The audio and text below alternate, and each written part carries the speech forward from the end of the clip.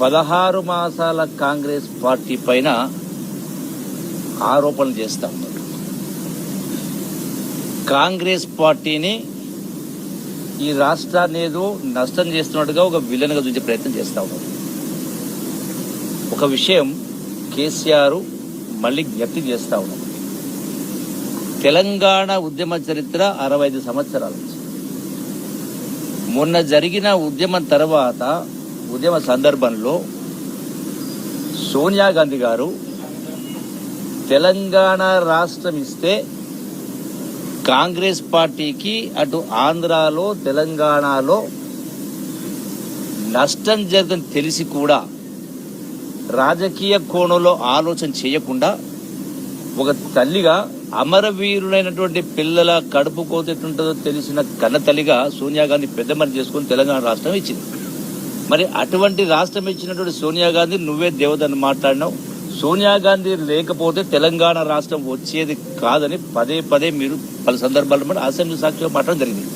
మరి ఆనాడు అచ్చా ఎట్లయింది, ఈనాడు మరి మీరు మాట్లాడడానికి అర్థం ఎట్లుంటుంది? రెండవది, 10 సంవత్సరాలనే గొప్పగా పరిపాలించిన దేశానికే ఆదర్శం లేనటువంటి గొప్ప గొప్ప మాటలు చెప్పినటువంటి కేసీఆర్ కు ధనిక రాష్ట్రాన్ని కేసీఆర్ గారికి అప్పచెప్తే ధనిక రాష్ట్రాన్ని ఆనాడు 64,000 కోట్ల రూపాయలు ఉంటే 21 మంది ముఖ్యమంత్రులు పరిపాలన చేస్తే 64 సంవత్సరాలు ఎన్నో ప్రాజెక్టులు కట్టింది. నాగార్జున సాగర్ అనే స్టేషన్ చాలా కట్టింది.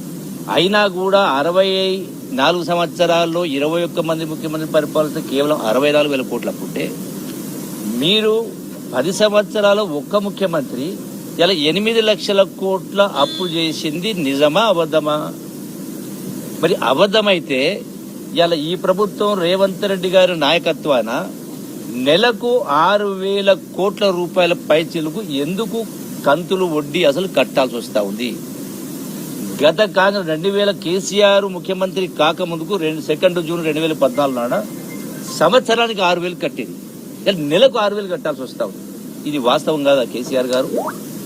నిజంగా మీకు అంత నిజాయితీ ఉంటే మరి అన్ని మీరు వాస్తవాలు మాట్లాడే మీరు ఈ వాస్తవం ఎందుకు మాట్లాడలే? ఇది అబద్ధమా? రెండవది, మరి ఇన్ని ధనిక రాష్ట్రాన్ని మీకు అప్పచెప్పినా కూడా మిగులు బడ్జెట్ అప్పచెప్పినా కూడా ఇన్ని లక్షల కోట్లు అప్పు చేసినా కూడా ఇలా కాంగ్రెస్ పార్టీ ఏదో చేయలేదు, చెప్పింది చేస్తలేదు, ఇది చేస్తలేదు చెప్పి మరి మీరు మాట్లాడుతూ ఉన్నారు. మరి ఇంత ధనిక రాష్ట్రమైనా ఇన్ని అప్పులు చేసినా కూడా మీరు చెప్పినటువంటి 10 సంవత్సరాల కింద ఏం మాట్లాడినరు? దళితులకు 3 ఎకరాల భూమి కొనిస్తా అన్నారు. నిరుద్యోగ యువకులు 3,000 రూపాయలు నిరుద్యోగ గుర్తిస్తా అన్నారు. డబుల్ బెడ్రూమ్ ఇల్లు ఎక్కడ అన్నారు? కట్టిస్తామన్నారు. అల్లుడు ఎక్కడ వస్తే బిడ్డ ఎక్కడ వస్తే రకరకాల మాట్లాడు. అల్లుడు వస్తే ఎడ పడుకోవాలి, బిడ్డ ఎడ, మేకాడ, గొర్రె అని మాట్లాడింది. మరి ఇంత అయిన తర్వాత కూడా 10 సంవత్సరాలు ఎక్కడ మీరు కట్టిందా? రాష్ట్రంలో మా మిత్రులు చెప్పినట్టుగా కేవలం 89,000 కట్టింది. అవి కూడా ఎక్కడ కట్టిండ్రు? ఎవరు కట్టిండ్రు? కేవలం మంత్రులు. అంటే కేసీఆర్ గారి ఇలాకాలో, కొడుకు సిరిసిల్ల ఇలాకాలో, అల్లుడు హరీష్ రావు గారి నియోజకవర్గంలో అట్లా 5-6 ప్రాంతాలు 7 ప్రాంతాలు మాత్రమే, అది కూడా ఇరిగేషన్ కాంట్రాక్టులు 1,000 కోట్ల కాంట్రాక్టులకు ఇస్తే వాళ్ళు కట్టించే కార్యక్రమం చేయడం జరిగింది. అంటే మరి మిగతా వాళ్ళు ప్రజలు కాదా? మరి మీరు ఎందుకు కట్టలేకపోయినరు? ఎందుకు చేయలేకపోయినరు? ఈనాడు కాంగ్రెస్ ప్రభుత్వం చెప్పింది అంటే మీరు ప్రారంభం చేసిన 10 సంవత్సరాల నుంచి మీరు చేసిన ఏ ఒక్క స్కీమును కూడా ఈ ప్రభుత్వం ఏదైనా ఎత్తేసిందా?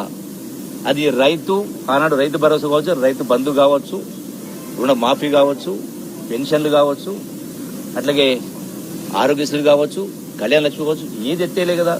అంటే ఇంత ఆర్థిక భార పరిస్థితి ఉన్నా కూడా ఏ ఒక్క స్కీమ్ మీరు చేసింది ఎత్తివేయకుండా ఇవన్నీ చేస్తూ మళ్ళీ ఆనాడు కేసీఆర్ మాట్లాడుతున్నాడు.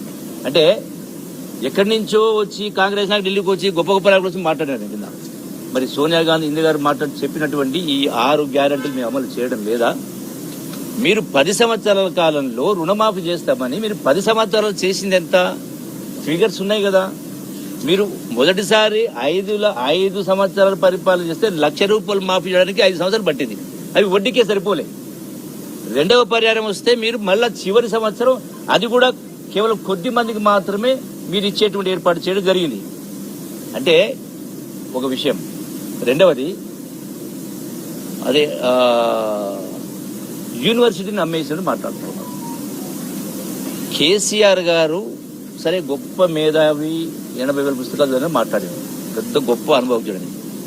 మరి 20 సంవత్సరాల క్రితము అదే 400 ఎకరాలకు సంబంధించిన హైదరాబాద్ యూనివర్సిటీకి సంబంధించిన భూమిని 20 సంవత్సరాల క్రితం ఒక ప్రైవేటు వ్యక్తికి అప్పనంగా అప్పచెప్తే మీరు తర్వాత 10 సంవత్సరాల ముఖ్యమంత్రి ఉండి కూడా ఎందుకు దాన్ని ఆ ప్రైవేటు వ్యక్తికి అప్పచెప్పిన భూమిని మీరు ఎందుకు స్వాధీనం తీసుకోలే?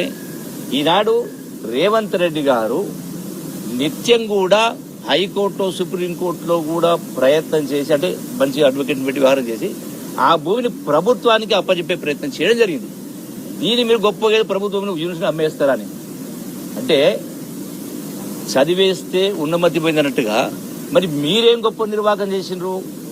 అక్షయ పాత్ర లాంటి ఓఆర్ఆర్, బంగారు బాతుగుడ్డి లాంటి ఓఆర్ఆర్ ప్రతి సంవత్సరం 1,000 కోట్ల రూపాయలు వచ్చే ఆదాయాన్ని మీరు అప్పనంగా కేవలం మీకు సంబంధించిన వాళ్లకు లావాదేవీలు చేసుకుని కేవలం 7,000 కోట్ల రూపాయలకే రింగ్ రోడ్డు అప్పచెప్పడమేమో, అమ్మేయడమేమో గొప్ప. మాట్లాడుతూ కొద్దిగా ఇంగిత జ్ఞానం ఉండాలి కదా. ఏ లెక్క ప్రకారం మాట్లాడుతున్నారు? ఏ ఒక్క విషయంలో కూడా ఈ రోజున ఈ ప్రభుత్వం ఇందిరమ్మ ఇల్లు ఇస్తా ఉంది, 20,000 కోట్ల రూపాయలు, 21,000 కోట్ల రుణమాఫీ చేయడం జరిగింది. అట్లాగే ఏమంటారు కదా, ఈరోజు